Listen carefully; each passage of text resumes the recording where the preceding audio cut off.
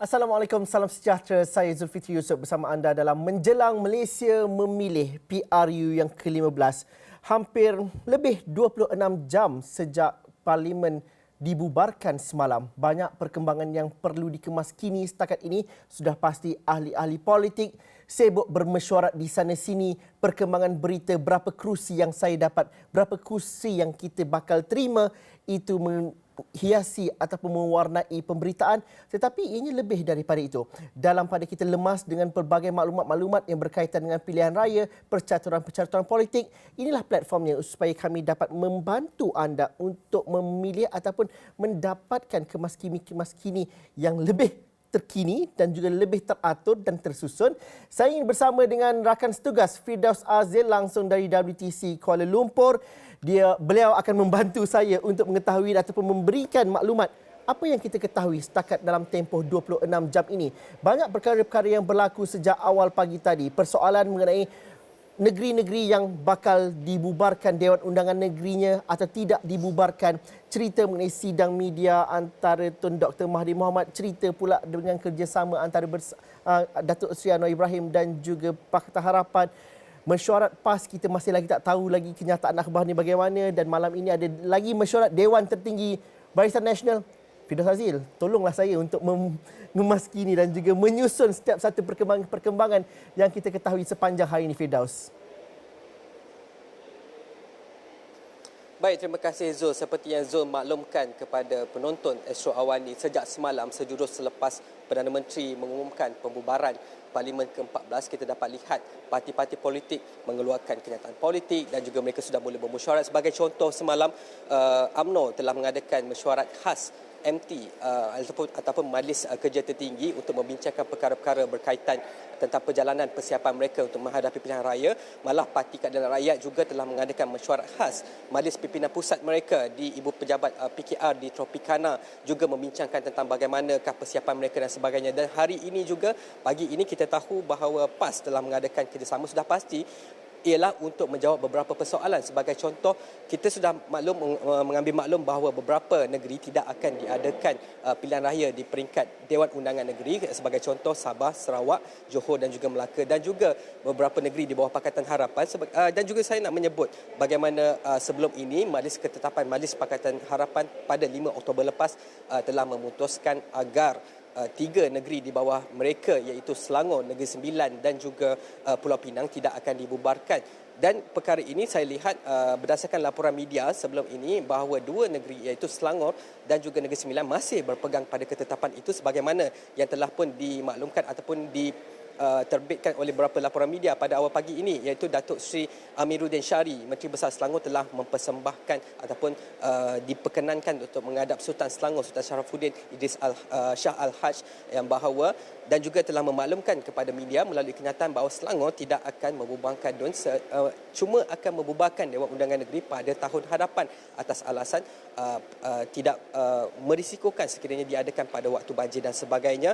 Dan juga Sultan Selangor juga yang dimaklumkan oleh Datuk Seri Amiruddin bahawa Sultan Selangor menitahkan agar kerja-kerja persiapan dilakukan, kerja-kerja berkaitan tentang pengurusan ekonomi dan sebagainya. Tetapi saya suka nak menyebut tentang satu laporan media tentang Pulau Pinang yang dikatakan bahawa pimpinan kerajaan negeri di Pulau Pinang mempunyai pandangan kedua. Sebelum ini mereka juga bersetuju agar tidak dibubarkan DUN di Pulau Pinang, tetapi setakat semalam dilaporkan bahawa mereka mengalami ataupun mempunyai pandangan kedua, yang mana antara faktor yang disebutkan di dalam laporan itu ialah sekiranya mereka mengadakan pilihan raya negeri berasingan iaitu pada tahun hadapan, berkemungkinan besar kekhawatiran mereka ialah jentera ataupun kekuatan Barisan Nasional dan juga UMNO yang berkemungkinan akan bergabung dengan parti-parti lain akan menumpukan pada pilihan raya itu, akan menjadi sedikit sebanyak ancaman kepada mereka untuk mempertahankan Dewan Undangan Negeri Pulau Pinang. Itu sedikit sebanyak laporan yang saya boleh sebut.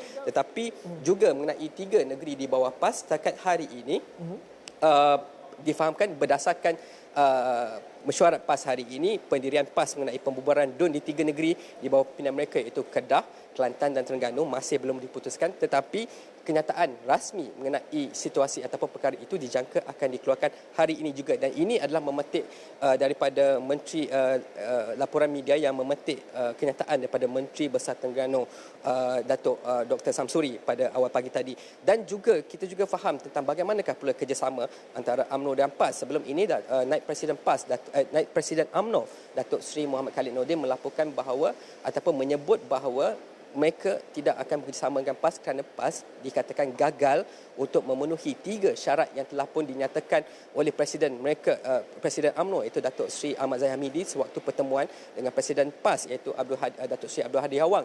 Datuk Seri Khalid mengatakan bahawa PAS tidak gagal untuk memenuhi, tetapi juga ditanya pada Menteri Besar Terengganu awal pagi ini bahawa insya-Allah kita akan teruskan tentang penyertaan umar. Masih ada perbincangan, masih ada usaha untuk memungkinkan kerjasama antara PAS dan juga UMNO. Zul. Firdaus, mungkin dapat dimaklumkan kerana difahamkan juga media diberitahu bahawa akan ada kenyataan media oleh Setiausaha Agung PAS Datuk Seri Taqiyuddin Hasan. Apa perkembangannya buat setakat ini? Apa ketetapan ataupun apa jawapan yang kita mahukan sebagai wakil media? Pertamanya kita nak mengetahui setakat ini kita masih tak pasti bilakah kenyataan itu akan dikeluarkan, mungkin dalam masa bila-bila masa ataupun mungkin malam ini, tetapi yang kita tahu ialah beberapa persoalan. Pertamanya ialah bagaimanakah tentang perbincangan yang menjurus ke arah penyatuan ummah ini. Ini naratif yang dimainkan oleh PAS, banyak kali dimainkan PAS dan juga disambut oleh UMNO sebelum ini, tetapi adakah kerjasama ini akan diterjemahkan, akan direalisasikan di dalam sewaktu kempen pilihan raya umum ke-15 ini? Itu juga persoalan, dan juga persoalan ialah bagaimana adakah PAS juga masih berpegang kepada pendirian mereka untuk tidak membubarkan DUN di kawasan 3 negeri di bawah pimpinan mereka iaitu Kelantan, Terengganu dan juga Kedah. Itu antara yang kita nantikan sekiranya ada kenyataan dari PAS untuk hari ini. Zul. Firdaus, Tun Dr. Mahathir Mohamad juga pengerusi GTA membuat sidang media awal pagi tadi. Beliau kata akan mempertahankan kerusi Parlimen Langkawi, dan juga bila diajukan soalan mengenai kerjasama bersama dengan Anwar Ibrahim dan juga Pakatan Harapan. Apa ceritanya, Firdaus? Okey, kalau ikut sidang media yang diadakan di Yayasan Kepimpinan Perdana awal hari ini, yang mana Tun Mahathir bercakap kepada sidang media selepas selesai mempengerusikan mesyuarat gabungan gerakan tanah air ataupun GTA. Antara soalan-soalannya ialah pertamanya beliau memaklumkan bahawa masih akan mempertahankan kerusi Parlimen Langkawi. Bagaimanapun mengenai calon Perdana Menteri, bila saya tengok balik quotation ataupun kenyataan yang keluar pada mulut beliau, apa yang Tun Mahathir maksudkan ialah tidak ada gunanya untuk menentukan calon Perdana Menteri sekarang seandainya mereka gagal untuk memenangi pilihan raya. Sebab itu beliau kata gerakan tanah air yang terdiri daripada Parti Pejuang Tanah Air iaitu Pejuang, Parti Pribumi, Parti Pimpinan Dr. Ibrahim Ali iaitu Putra, dan juga Parti Kesatuan Islam kalau tak salah saya Iman, dan juga beberapa NGO lain, mereka mensasarkan untuk bertanding melebihi 120 kerusi parlimen untuk membolehkan mereka membentuk majoriti sendiri sekiranya mereka berjaya memenanginya, kerana kita fahamkan bahawa majoriti simple ialah sekitar 112 ataupun 113 kursi parlimen.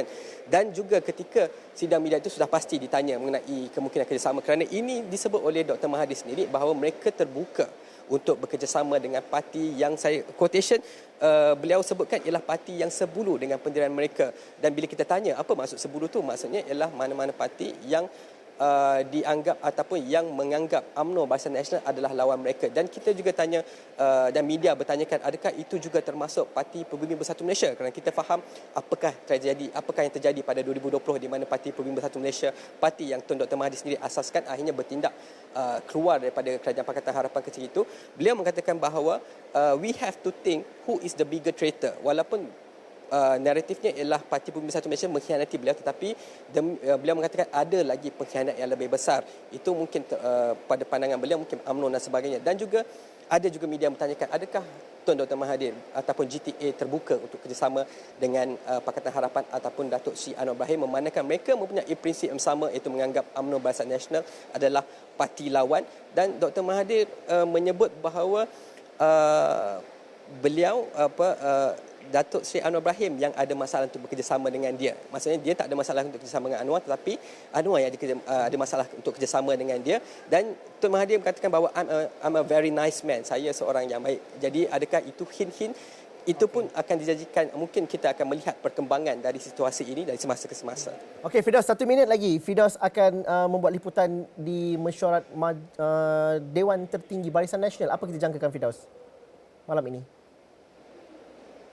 Okey, ini ialah difahamkan ialah rentetan daripada keputusan-keputusan yang dicapai dalam mesyuarat khas MT UMNO semalam. Mungkin ada beberapa ketetapan yang akan diangkat dalam mesyuarat Dewan Tertinggi Barisan Nasional malam ini yang turut akan dipengerusikan oleh pengerusinya yang juga merupakan juga Presiden UMNO, iaitu Datuk Seri Dr. Ahmad Zahid Hamidi. Dan situasi terkini saya difahamkan bahawa mesyuarat ini akan bermula pada pukul 8.30 malam, tetapi keberadaan saya di sini, saya dapat lihat banyak kenderaan-kenderaan VIP yang sudah berada di sini. Mungkin daripada Menteri-Menteri UMNO dan sebagainya.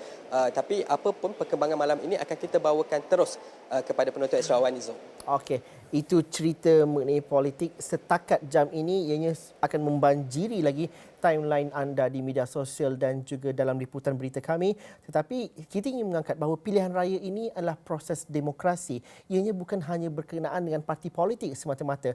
Bagaimana kita melihat kepada bugar ataupun segarnya demokrasi itu secara menyeluruh, kita bersandarkan kepada institusi parlimen itu sendiri.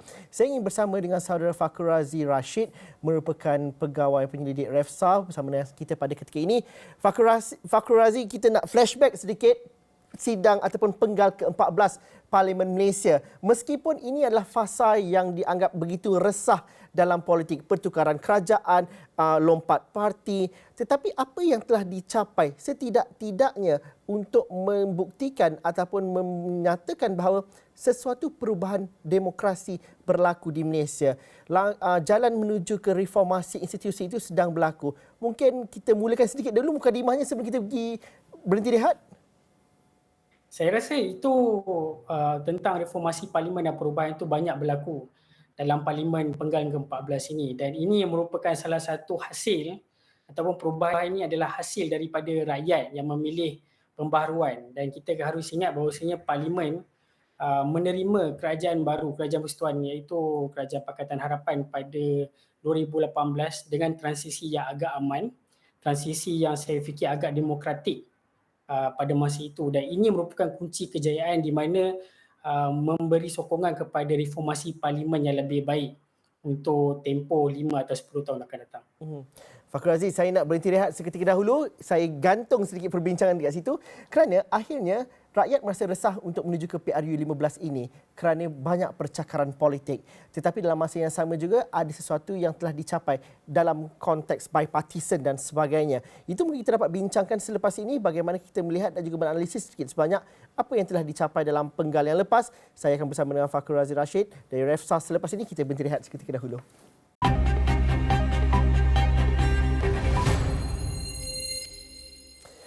Saudara Fakhur Razi Rashid, pegawai penyelidik Refsa, masih lagi bersama dengan saya, Sri Talian. Fakhur Razi, kita bercerita dan juga mengenang apa yang dicapai dalam Parlimen Malaysia pada penggal yang lepas.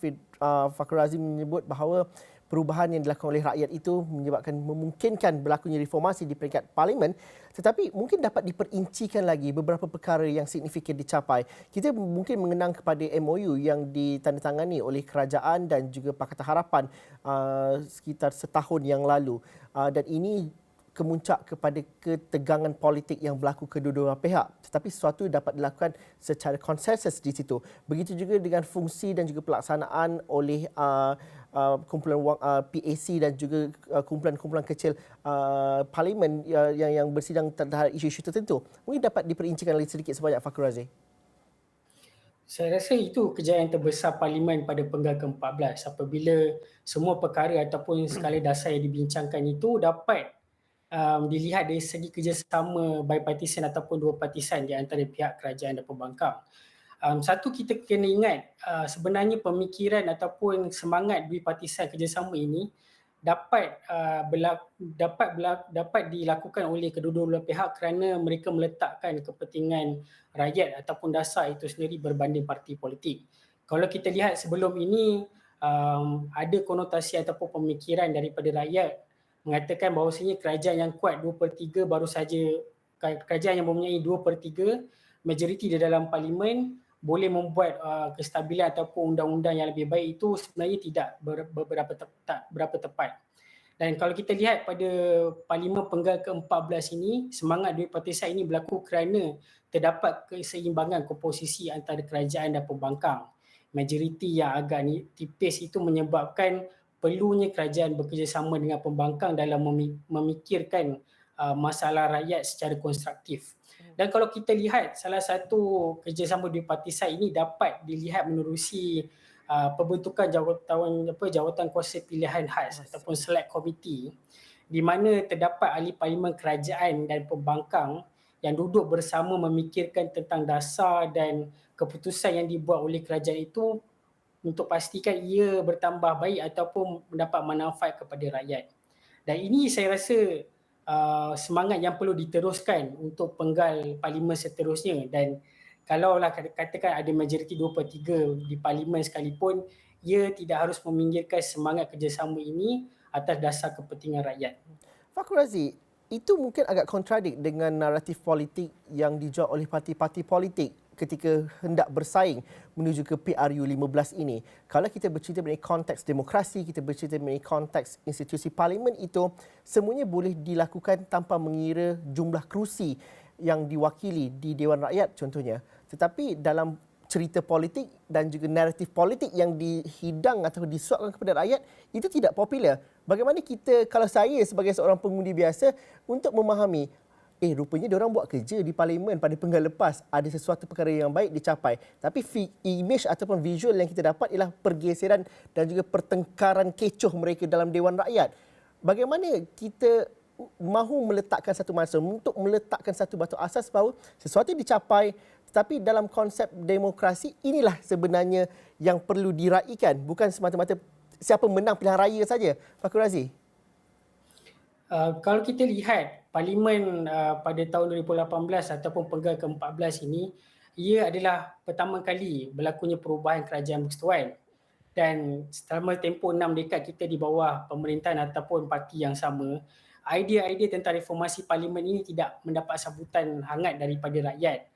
Dan selepas saya rasa PRU 2008 hinggalah 2018 hinggalah penggal ke-14 ini, isu-isu mengenai bagaimana kita nak memperbaiki proses demokrasi berparlimen itu agak mendapat sambutan, khususnya dalam kalangan anak muda yang melihat parlimen ini adalah sebagai institusi penting.